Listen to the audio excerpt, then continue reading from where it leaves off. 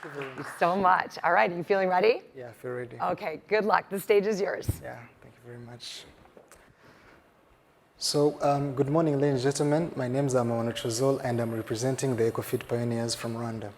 So, before I start my presentation, let me tell you a short background story of how our story was originated. So, since I was young, I wanted to join the agriculture sector. So, after finishing my high school, I joined the most prestigious agriculture institution in Rwanda called RICA. So, in the first few weeks on campus, I wanted to explore the surrounding of the campus, and that's when I stumbled upon this 50-hectare large farm, and it was composed with soybean and maize, two of the primary staple crops of humans in Rwanda. And I was really amazed because it was my first time seeing this large-scale farm in the country. It was really mechanized and I was really astonished, but it faded away after the farm manager told me that all these soybeans and maize is only meant for feed production or animal consumption. I was really troubled because at that time, in those surrounding communities, there were many starving people and starving children and who were really undernourished. I wondered why this farm prioritized feeding the animals when there was people are starving in the surrounding communities. So I dig deeper and I did more research on this feed production, and the numbers that I found, they were really troubling. According to the Food and Agriculture Organization 2021 report, they say that above 70% of the global soybean and maize produce, it is meant for animal feed production, for feeding only the animals. And according to the World Food Program Annual Country Report in 2022, they mentioned that 3 out of 10 people in the sub-Saharan Africa are really undernourished and food insecure. The food they're supposed to eat is being fed to the animals, and 3 out of 10 people don't have anything to eat. That's really troubling. And it's not only that, the production of the soybean and maize isn't environmentally sustainable, as for every metric ton of corn grain produced, it emits about 350 kilograms of carbon dioxide equivalents of the greenhouses into the atmosphere. So this gives rise to our wicked problem. Our wicked problem is the human-livestock nutrition conflict in sub-Saharan Africa, but specifically our scope narrows down to Rwanda to be more specific. So it is given rise to the set of reasons like raw production of soybean and maize in the country. Rwanda is a small country, roughly the land size of the Maryland, and it has the low agriculture land, which means there should be low production of the agriculture, things like soybean and maize. And also there is the increase of the human population. Currently, at the small size of Rwanda, it supports the population of 13 million, one of the dense populated countries in Africa, and it is believed that in 2050, the population will almost double. To mean that the population of humans is increasing, we have to feed those humans even though the land is not increasing. And also there is the increasing demand of meat-based product. As the country that is developing, there is the middle class that is developing, which demands more meat-based products, which means that we have to feed also the livestock feeding those humans. And even though we have low production, the human population is increasing and the demand is increasing. We don't produce more, so we have to rely on imports, which is not very sustainable for the country. So our proposed solution is to find another better alternative of livestock feeding instead of integrating it with the human feeding, so that they can be separated and each one might leave each other alone. So we are proposing for the livestock nutrition to use the protein-rich sources, which is called alfalfa, an underutilized resource in Rwanda that can be biorefined and form a nutritious animal feed for the animals. So you can wonder yourself, what is biorefining? Biorefining is the process of converting the biomass into a more valuable product. Like, for example, we'll be converting alfalfa, underutilized protein-rich resource in Rwanda, and the eggshells. The eggshells are the waste materials for egg consumption, and the cassava bran are the waste materials from the cassava processing. So combining these waste materials, we biorefine them and make them into the animal feed, which is superior and very nutritious, to just go and replace those soybeans and the maize to focus them on human nutrition rather than animal nutrition, so to balance out that conflict. So what product are we offering? We are offering, firstly, the protein plus pellets, as you can see them here.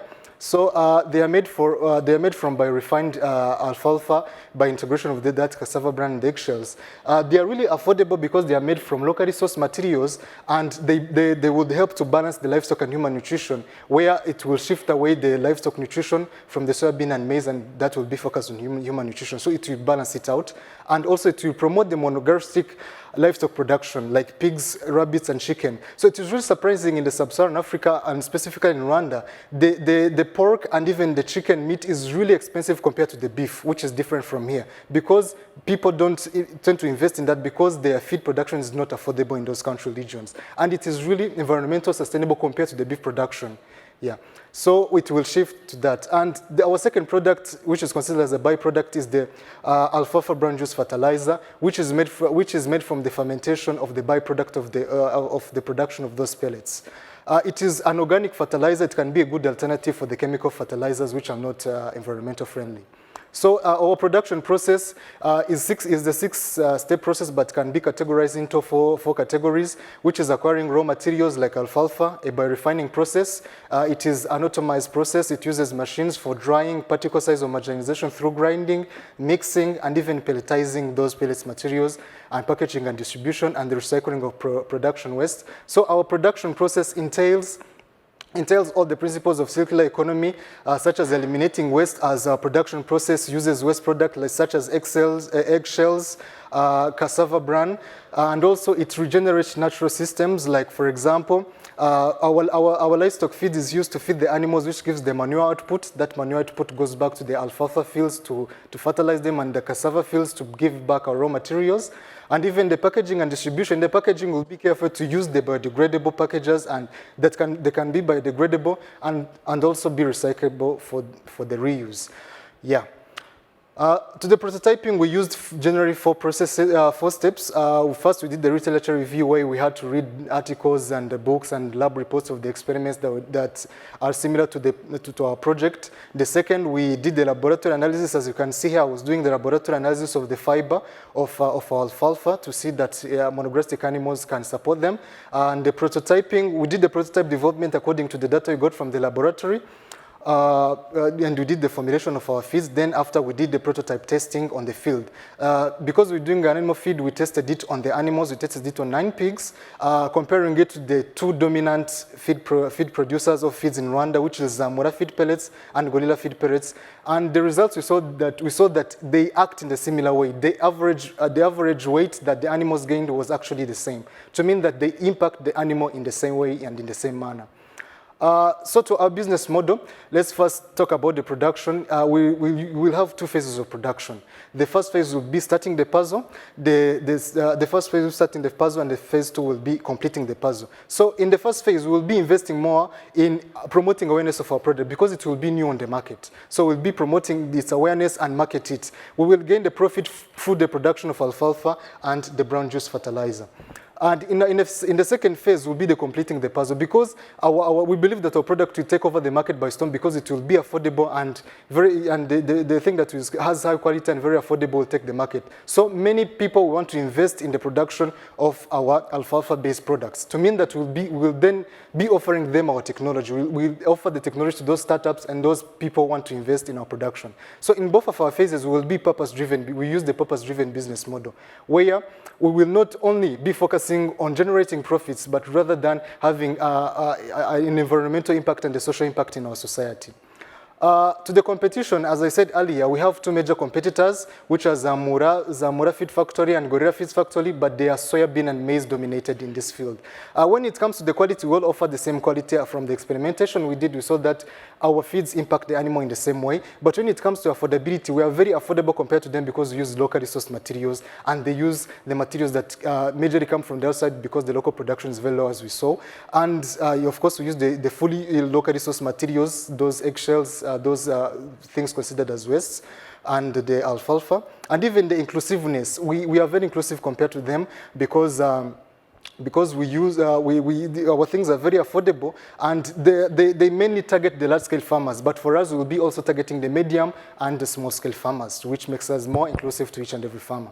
And what we plan to use the funds that we'll get in this competition, firstly, will be in the research and development of our products, because even though we have did so many things, we developed our feed, but we only developed the feeds for the pigs, and we plan to develop the feeds for each and every monogastric animals, such as rabbits, and even the chicken. So we need to do more research and development of our products, and we'll invest the other 25% in establishing partnership and making the waste collection scheme, because our production involves many and much waste, such as the eggshells and the cassava bran. So we shall invest this 25% to make the waste collection scheme and establishing partnerships. And the last 25% we will invest it in standardizing our products. Yeah. To mean that this use of fund that we'll get in the Wege Prize will enable us to prepare for our phase one of production. So allow me to present my team. It is a diverse team of interdisciplinary team members, which are specialized in different aspects to help us develop this project. So I want to thank them very much. So thank you. Let me invite you to help us feed our food with the better feeds. Thank you very much.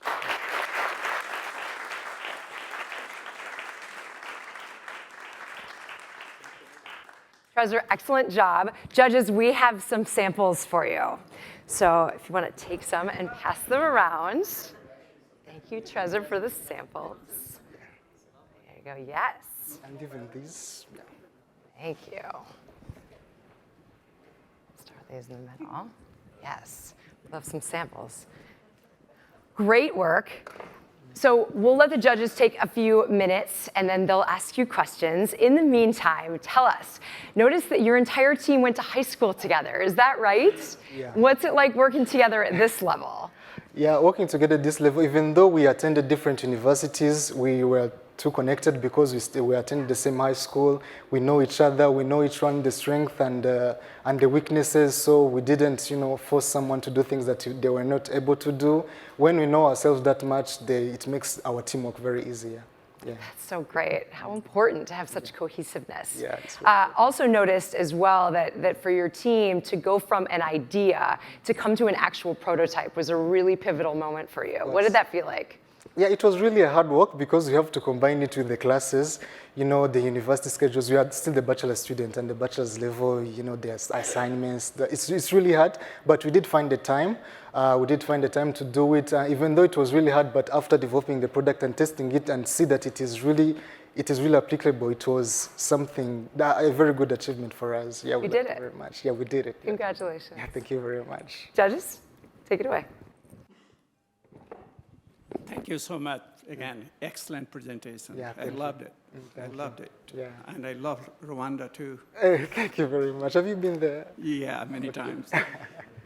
My question is regarding pellet. Pellets, yeah.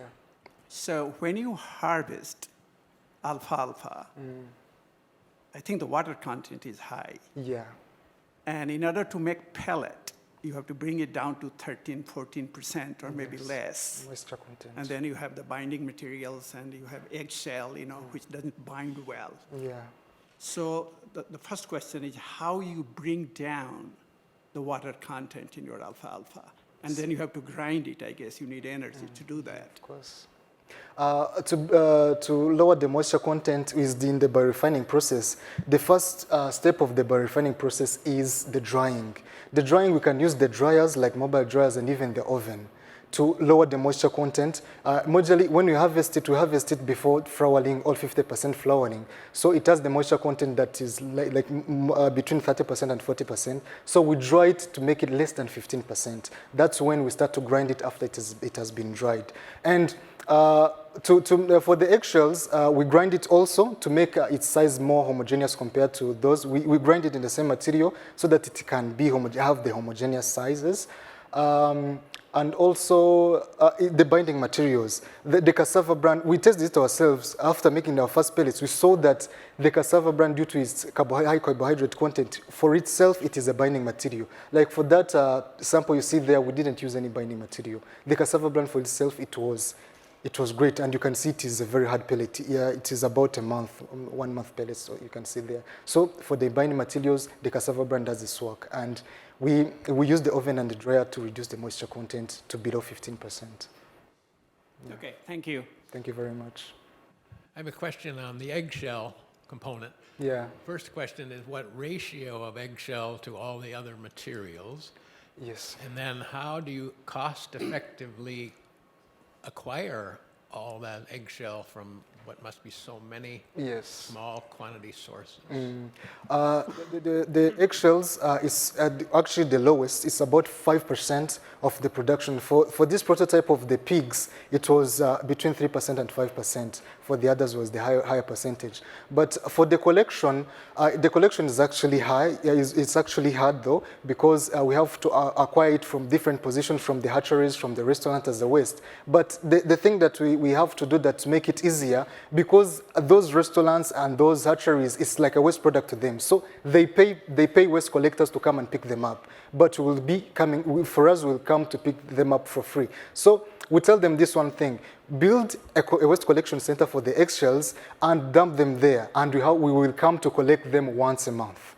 Yeah, that will ease the transportation costs. Like, we have to go there and only once a month to go and pick them up. They have to build that facility to put them in, so they don't have to face those costs of paying those waste collectors to come and pick them up. We will be coming to pick them up for free, so it will be more cost effective for us. Thank you. Yeah, thank you very much. Thanks very much for your presentation. One question for you is around the alfalfa and Yes. the land needed to grow the alfalfa. Can you speak to what's necessary in terms of cultivating, in terms of the land that you need, and the scale up potentially if you're Yes. going to increase production? What does that mean for competition for land, or how are you avoiding that if you have a solution? Yeah, for the production of alfalfa, we won't be the one producing. As I said, in Rwanda, the production of alfalfa is pretty high, but it is underutilized. Many farmers don't know that alfalfa has the rich protein content, like 30% and above. They only use it as the cover crop when they are doing the land farrowing, and after doing that, they put it in the fields, such as the crop residue. Imagine having a 30% plus protein content plant and putting in the field as a plant residue. That's really wasting the resource. And sometimes they use it as a forage to feed the cows. And the cows don't tend to like it because they like napier grasses better and other types of feed. So what we'll be doing, we will be buying those alfalfa from those farmers who don't know their pressure, because they don't expect profit from it. So we pay them a little amount of money to get that alfalfa and use it in our production, because it is locally produced everywhere, but it is underutilized. Yeah. Thank you very much. Yeah, thank you. So, yeah, I just wanted to ask you, I've noticed some of the other judges have written this, and you brought up that the cows don't like to eat some of the stuff. But, yeah, have you done any tests? I mean, have you done any research on, are the animals enjoying this? And are they eating more of this than the other feeds? For the cows, why they're not enjoying this, because it's a herbaceous type of plant. But they like those leguminous plants, like the napier grasses, that are easy. But for them, sometimes they have the big fiber content which makes them to consume very hard. We haven't done any research yet. That's why we need more research and development to know much about this, because many farmers tend to harvest it when the fiber content gets high, like about 100% flowering, which makes the cow don't like it very much. But for us, when we produce, we'll cut them out at 0% flowering or 50% flowering when the fiber content is not that high. So we haven't done that research to see why the cows don't like it very much, but we just think that it's that reason. So that after we get the funds, we'll invest in more research and development to see the reasons why and have clear data for that. Yeah, thank you very much. Thank you. Yeah. I would like to know about the social impact. You mentioned that there will be a social impact. Are we Yes. talking about the fact that people will have access to meat?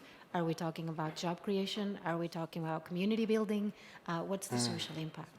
The social impact is, in Rwanda, 70% and above are employed in the agriculture sector, majorly in livestock production. So the farmers in livestock production, the very first cost in livestock production is the animal feeds. So if we are providing the affordable animal feed for those farmers, it will mean that they have higher productivity and higher profitability. So the social impact that we are providing is to those 70+% farmers who are out there, who will be, in which that we will be giving them low cost and affordable, cost-effective feeds that will help to maximize their profitability and their productivity. The other thing that will also be providing jobs, even though it won't be too much, but will be providing jobs, which will be in the social impact, and also will be providing the extension and the education for those smallholder farmers who don't know the use of this alfalfa or the use of the animal feeds. So we'll be doing that social impacts to those local farmers who don't have much knowledge on that. So yeah, that's the social impact that we'll be providing to the community. Thank you very much. Yeah, thank you very much. Tresor, how do you hope to convince people to use your animal feed over those that they currently use? it's simple really. We are offering the animal feeds that are really affordable. That really speaks out for itself. The animal feeds, they're offering the same quality, but for us it is very affordable. It's something for it that speaks out for itself. And another thing, the plan that we plan to use, we plan for each like district that we are going into, we take like the sample farmers, the farmers that are really known in that community, and we shall give them our sample feeds for free. So they will test it out for their feeding to see if they really work out. And we are very certain through our research and development to give them the feeds that we know that they will work. If they work and tell them that our price is a half compared to the price that we are purchasing from the others, they will go out and tell other farmers. Like these feeds, they are doing much the same to what the other feeds that we do, but half of the price. And that will really speak out for itself, and it will convince, we believe that it will convince the other farmers to start buy feeds from us. Tresor, one question about the technology you're using. It seems like the grinding and the dryers and all the other processing equipment is fairly expensive. Do you have you received any interest locally from financial backers, or are you depending on funding from the Wege Prize start? Yes. Thank you very much. So we are still in the process, or because we are applying in other grants, like IREME grants and the local grants they give in the country. Also, Rwanda Agriculture and Animal Resources Boards, in which we call RAB, is also having the incubation hub in which they are supporting the youth projects like this. So we are in the application process into those grants provision. So that we can get extra funds in which they will help us to invest into getting that machinery or the phase 1 of our production, but and even also this Wege Prize, which will help us to get the funds for further research and money to invest into our projects. Yeah. Thank you very much.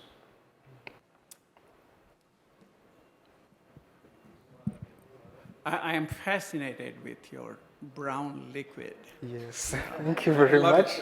You love it very much. Okay, thank you. I mean, I'm going to try that, Yeah. How do you get it? Because I looked at your chemical analysis. Yeah. And it has a very relatively high Brix value and sugar content, in it. Yeah. And but if I look at the chemical analysis, it doesn't have a lot of other things except potassium in it. Very low nitrogen and things like that. How you get it, your brown liquid? Majorly it is due to the fermentation. So from the production of these pellets, there is the residues such as the stems. We only put out the leaves because the leaves have the low fiber content and the stems have the high fiber content. So we take those stems and chop it down and put it in the container filled with water and some yeasts so that it can break down, and we cover it. It does the anaerobic fermentation. After the few weeks, we collect that liquid. So we don't have much data to it because we haven't done many prototyping to it.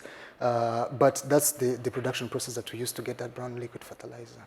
Yeah. You don't add sugar? Sugar, no, we don't add sugar as a quantity in it, yeah. Excellent work. Thank you so much, judges. Great job.